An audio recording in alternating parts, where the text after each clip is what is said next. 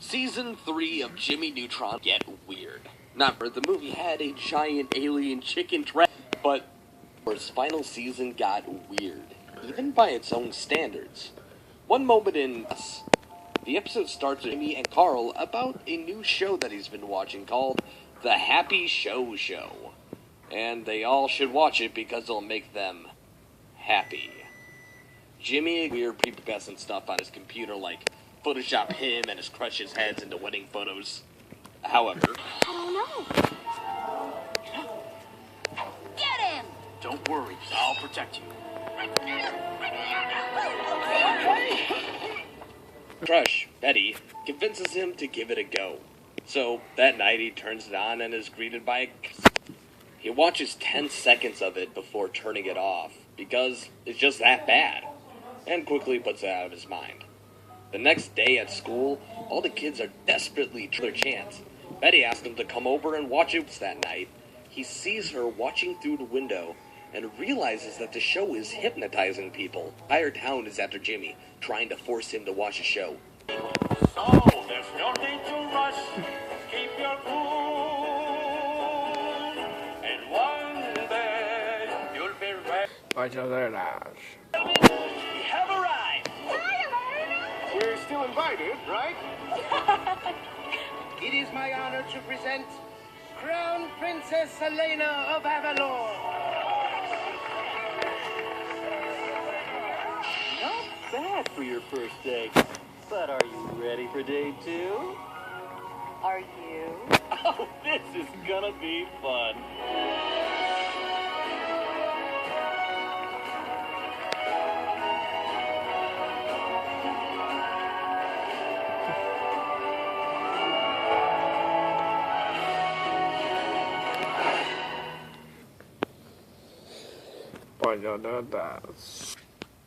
Comprised entirely of ugly puppets selling meat to equally ugly puppets, and featured 2 teenagers, Josh and Parker, a titular fast food restaurant, getting involved in. The show was not received well, especially by vegetarians and parents who did not appreciate the abundance of... The network received many petitions to end the show, which may have played a part in its ultimately short existence. Despite that, it managed to introduce a gross amount of disturbing moments. The being the tapeworm in the episode Mooch Master P, with Parker mooching off of Josh's lunch. He continues to mooch off of everyone in the food court, entitled The Mall Moocher. He eventually stoops to the low level of eaters they plan on serving to customers. Strange things begin occurring after eating the raw burger. It is disappearing right before his eyes, before he can even eat it. Deliver food orders either, as those disappear into thin air. Josh records Parker trying to eat, and then plays it back in slow motion, revealing that an enormous tapeworm inside of his stomach, thanks to the raw burger he ate. The code. Yes, of course. It's, I don't remember. What? I know it's a long sequence, so... Afterwards, an Australian man comes up and asks to buy it for a zoo. The boys agree, they hand it over to him, and then the man swallows it whole.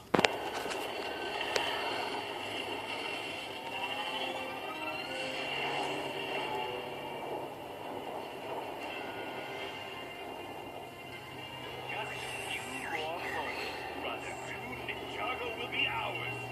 Nothing can stop us now. Look! Why did you have to say that? They're too far.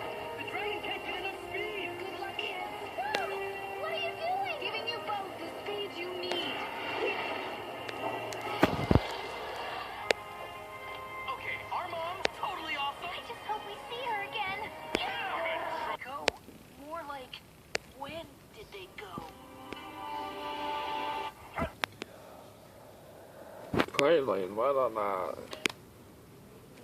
The Walrus is a very mysterious character, only appearing once in the entire series. The Walrus follows Pingu in what he thinks is a playful manner. To Pingu, however, this is very frightening and upsetting. The Walrus. When Pingu meets the Walrus at first, he snorting with a deep voice.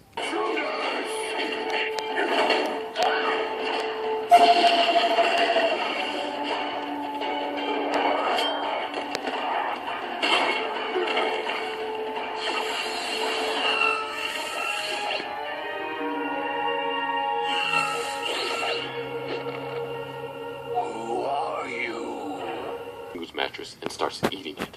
Why he eats the mattress is beyond us. No way. Pingu then books it and runs, until he slips and falls down an icy slope, until he reaches his bedroom floor.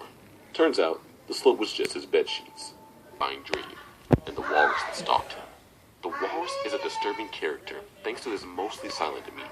He is either staring uncomfortably, black eyes, or childishly snorting when he takes his playful jokes too far. He also has teeth in place of tusk, not helping the situation. The walrus was so uncomfortable for children that the episode was actually placed on an unofficial ban. It was removed from British television in 2003 and was pulled from airing in the United States. Despite the censorship, it did manage to air once on PBS Kids Sprout in 2006. I hear Hong Kong's nice this time of the year. And so the tired warrior journeys homeward. Crisis averted, world saved, villains vanquished. Oh, wow! Girl, not guy. Hi! Rub it in. Oh no, the gunner's...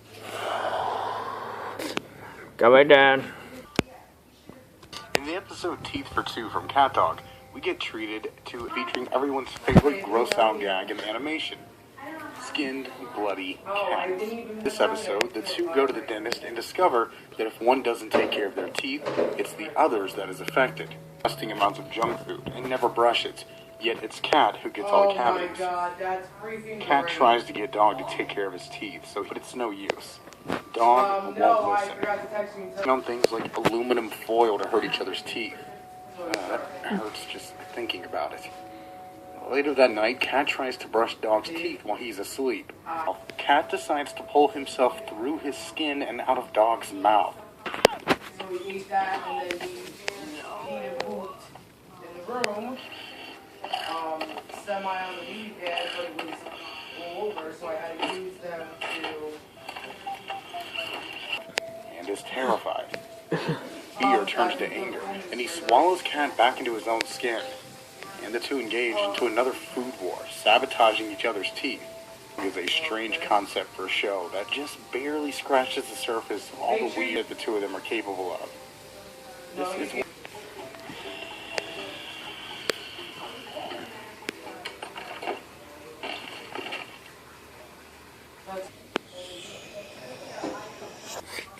It's Blood Eyes. Despite being named Wrath of the Krampus, this is new Mystery Incorporated.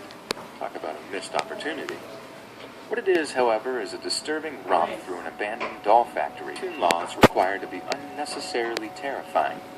Shaggy calls it uber creepy, which is that the factory is full of ultra-realistic dolls, clashing with the show's simple and cartoony art style. Pretty cool, right? With a capital C.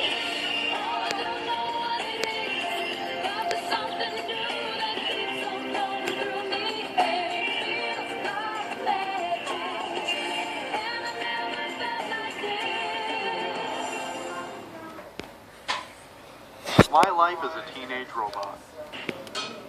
As we mentioned earlier in the video, it makes sense that the world we see can be frightening and unusual, as babies don't have the knowledge and sense of the world. Having said that, there are some fucked up things in this series that would make even adults lie awake at night from the series, since there were just too many to choose from.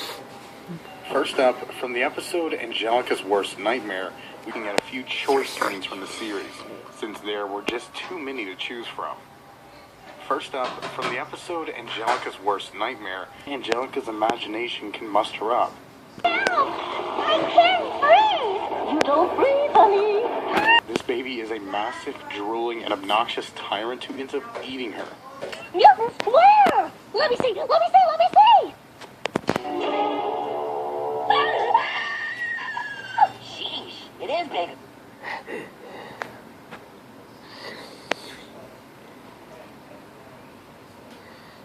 Lady, you open the door. Mr. Friend, which featured the titular Mr. Friend, an animatronic clown robot that Stu designs as a toy for the babies. They are terrified of Mr. Friend, and so are we, the audience. Not only is one of these hellish dolls bad enough, battle scene takes place where the babies fight like hell to decimate the robot clowns, finally laying Mr. Friend to rest. I am Kilgore, the supreme and the merciless ravager of kingdoms. I am the destroyer of worlds. This disturbing moment in Rugrats comes to us from the episode Into Dreamtime. He is having trouble distinguishing reality from nightmares, while in one of his...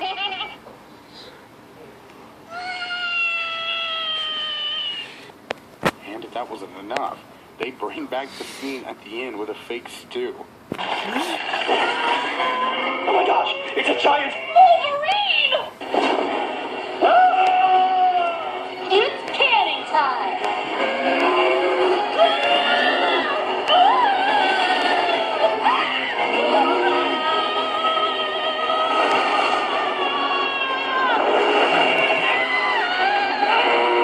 Children, and resulted in nightmares galore. Brad? Could we move, please? We need to kick some space biker butt. That would be most impolite. Kicking buttocks is not the sort of thing a normal girl does. Well, I admit I'm not a normal girl. We are now.